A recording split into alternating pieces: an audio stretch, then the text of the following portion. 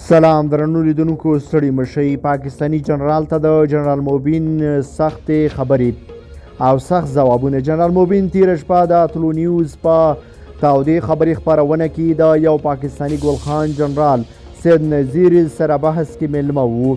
یاد کس جنرال موبین ته وویل چې ته تش په نوم جنرال یې.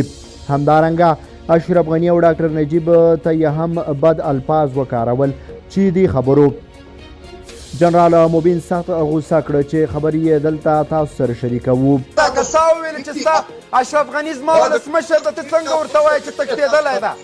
ډاکټر نجیب د دې هېواد ولسمشر ګور. زه هغه جنرال یم چې په کرایه باندې نه یم ورکولی شوی.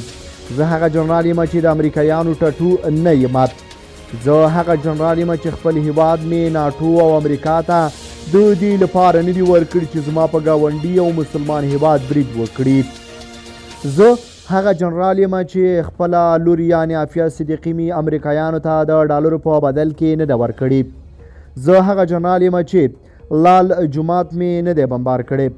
زه هغه جنرال یم چې د فلسطین پر ضد عملیاتو لپاره مې پوځ په کرایه نه دی ورکړی. زه هغه جنرال نه یم چې د امریکایانو په خوله خپل وزیر اعظم عمران خان زنداني کړم.